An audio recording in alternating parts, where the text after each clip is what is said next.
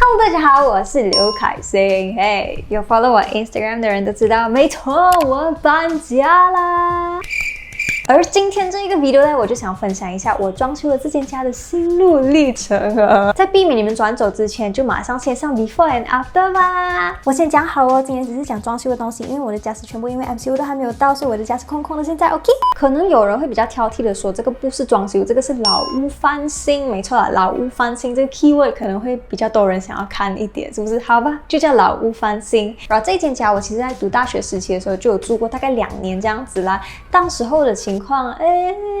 它的硬装、软装上面其实我都非常的不满意，可是不知道为什么，到时候还小啊，完全没有想过要多花一点点钱去为它的软装来装饰一下。看到这里，如果还不知道软装跟硬装有什么分别的人，硬装就是你把这间家调转过来，那间家不会倒下来的东西就叫硬装啦，可能是你的天花板啊 built-in 的 cabinet 啊。软装呢，就是你调转过来会倒下来的东西，可能是你的家私、窗帘布、sofa，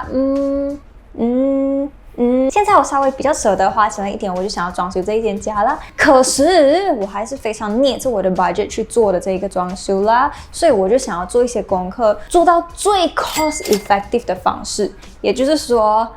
花一点点钱，花一点点东西，就可以把整间屋子的样子改变到完。我今天眼睛是不是很肿啊？因为我看了光叔的最后一集 Running Man， 哭到我要死。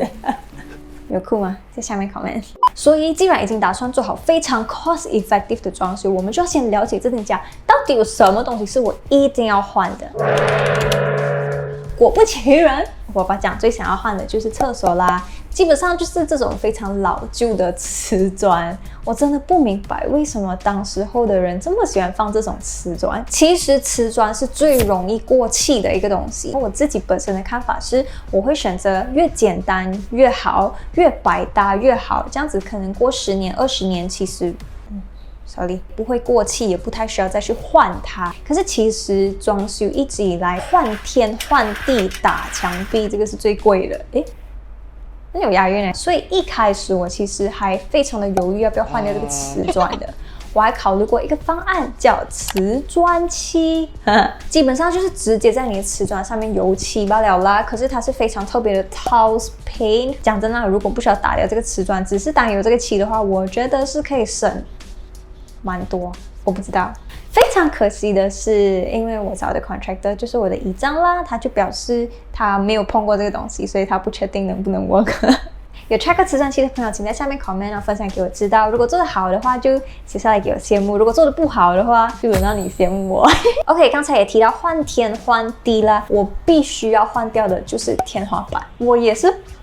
不明白这种天花板是有什么特别的功能吗？为什么以前的人就是喜欢装着这个天花板？还是 originally come with it。 之后呢，就是换地啦，没错啦，换天换地最贵的我都想换。可是我实在是觉得敲掉瓷砖又是一笔费用，选新的瓷砖也未必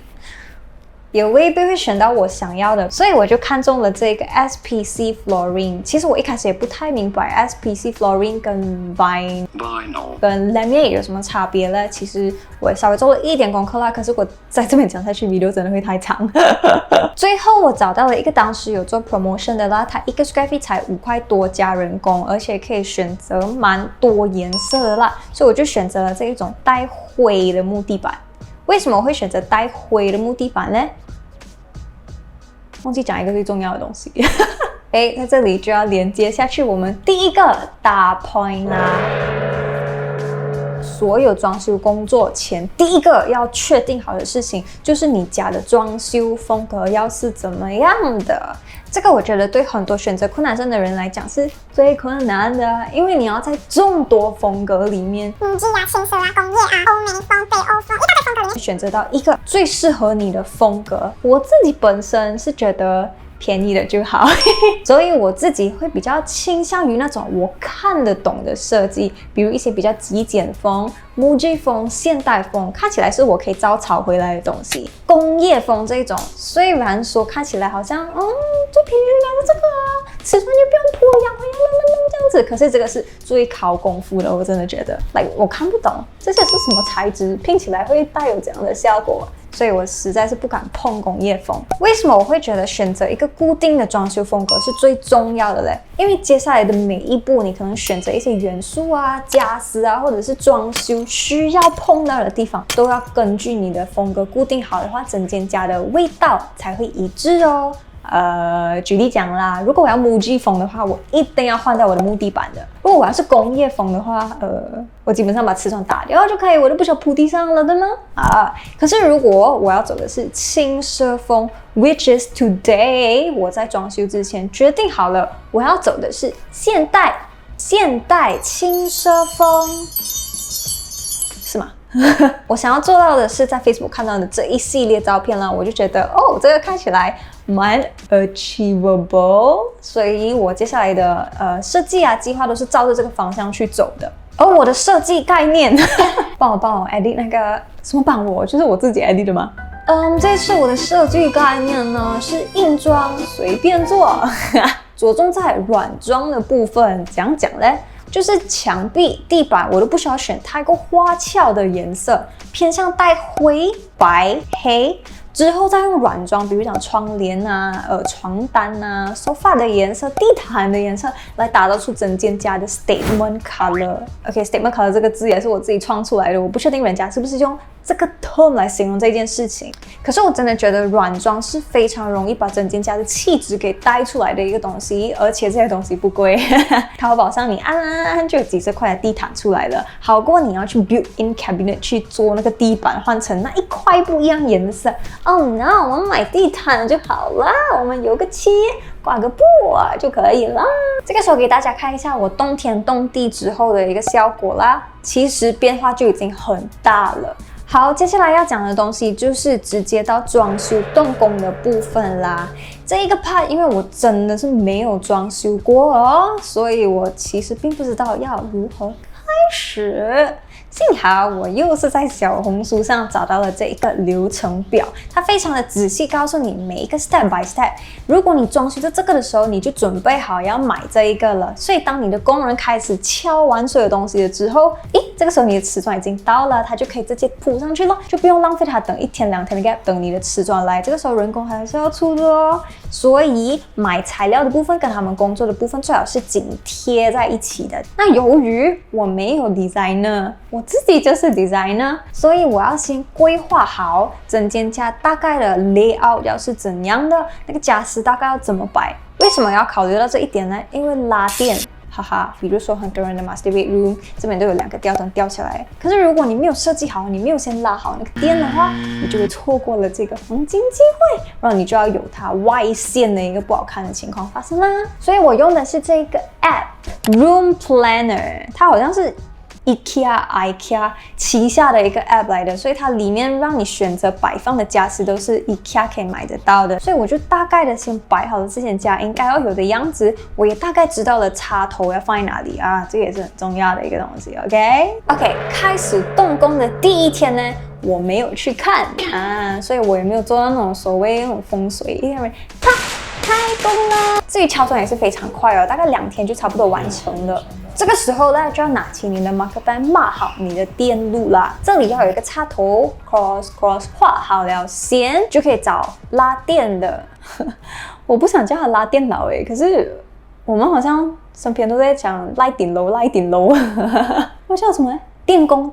OK。这个时候就可以请好你的电工来去跟他沟通一下，我这里要拉，那里要拉，他们比较有经验，可以看得出这里拉不到，这里可以，或者是有一些插座只适合供电给一样东西的，可能你的冰箱需要特别多的电，所以那个插头最好只有一个电路是 for 冰箱的，不然就很容易出现 short circuit 的情况，所以要加钱。他们也非常的快啦，其实隔天就可以开始开工了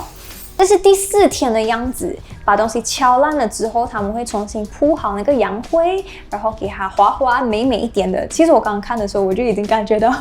很感动了。那个丑丑的瓷砖终于把它敲掉了，就整个很有轻奢风的感觉出来了。所以我觉得轻奢风真的是白墙就够了的。而且我们的天花板因为是之前就已经有做了这个，它是叫什么？它是 plaster 嘛，我也不确定它是不是叫 plaster， 就有这一个壳了，所以它是带一点轻奢的元素，which is why 我一个其中原因我选择这个轻奢风的。如果大家想要知道我是讲减法选到我要的风格的话，我可能会在下一个 video 再讲吧。太多东西讲了，装修真的是 Oh my God。OK， 根据这个流程表呢，这个时候我就已经要买好瓷砖啦，这样子他们敲完的时候就可以直接上瓷砖。最好这个时候也要先去买好一些需要拉电的东西啊，可能这个 hood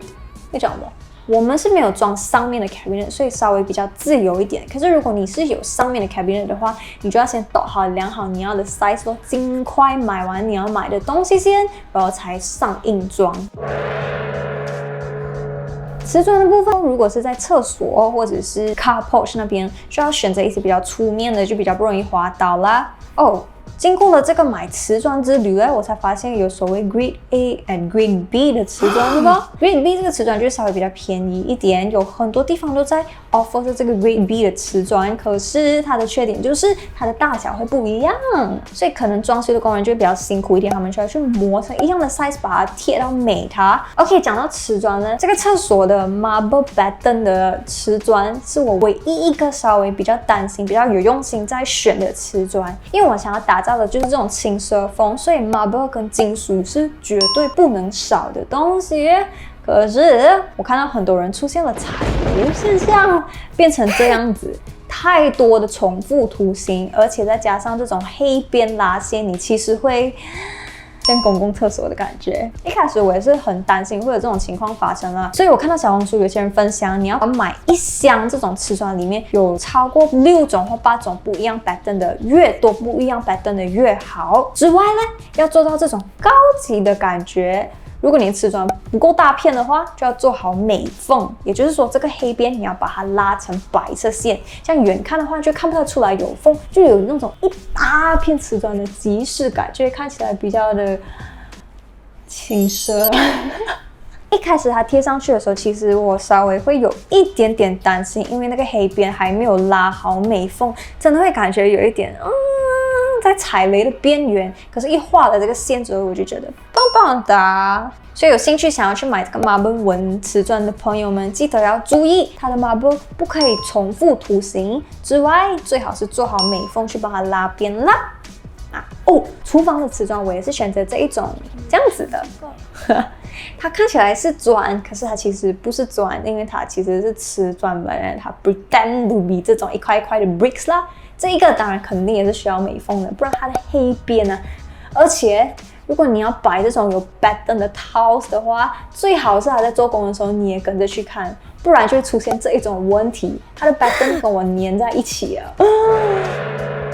就到水电啦，电啊，真的 surprisingly 好贵哦。我在自己做好的 Excel sheet 里面，大概讲好每一个不同 category 我可以花到多少钱 to control within my budget。反正这个拉电我真的没想到这样贵，我已经花了12千了最少。细节部分我就也不多讲，因为真的很多东西可以讲。可是有一天的晚上呢，我就跟我爸爸妈妈一起来到这间家去看啦，因为我觉得看灯啊，看这些电啊，早上看了这个灯不太准，你要晚上来看才知道这间家晚上的时候没有阳光的情况之下，只装这4盏灯够亮吗？只装这边够亮吗？要不要加灯啊、加电啊这种东西？所以我晚上去看，我觉得还可以，还可以啦 ，basically downlight 不会有太大的问题。By the way， 你们想知道我买的 downlight 是什么吗？太多东西讲了，这个我买6年的，有2年 warranty 的，然后它是在新宝来店里面，然后它是自己本家出来的，它不是什么 Future Brand、Future Brand、Costco 还跟 Costco 刚好20块这样子。OK， 可是我稍微比较 proud 的关于这个 light 的，就是这个饭厅上面的灯啦，因为原本这一盏灯就是在这个饭厅的正中间，可是 according to my design， 因为我的餐桌是在靠墙的位置，所以我要打造出那种餐桌上面准准就有一盏吊灯照住你的食物的那种感觉，所以就要把这个灯移位啦。可是我并不想要敲破那个天花板，而且我也怕我可能会想要再改变这个餐桌的位置，所以我就去买了这种 track light 的轨道，然后再买这个吊灯的 adapter， 它是让你插入你的吊灯之后就可以移动了。可是并不建议你在开着灯的时候这样子，很像拉窗帘这样拉啦。这样之后可能我再改餐桌位置，还是这个吊灯我想要移走了，我也可以做到。by the way， 关于这个电的呢，我有一个分享的也是 AutoGate 啦。一开始呢，一开始呢，我爸爸是想要把这个门口加大的，这样就方便2辆车加进来把住。我就想啊，把它打掉吧，好不好？不是加几千块。可是幸好还没有打，我就去找一找 AutoGate 的价钱。Oh my God，Standard size 是10 feet，10 feet 已经是要5000以上了的，还不包那个摩托。我看到的是这样啦。如果要把它加大的话，你就要 customize， 更贵。再加那个 AutoGate 的摩托，真的是要10多钱。哇啦，这个10多钱并没有加入在我的 budget 里面，所以我一开始是做了这个10多钱，其他东西我就要 cut 10多钱了，所以是。所以各位，如果你想要换 AutoGate 或者是把它改大的话，记得先准备那个价钱先 ，OK？ 幸好我聪明。好啦，我的相机没有电啦。我真的没有想到我讲长哦，够厉害了。好，今天的影片就暂时到这里先结束了，因为接下来还有很多东西想要跟大家分享，可是影片太长了，我真的觉得我上次会上到死掉，而且我会剪不完。如果大家有兴趣的话，我再继续详细的讲；如果大家没有兴趣的话，我就直接去做另外一个 content 了。好了，今天就这样，拜拜。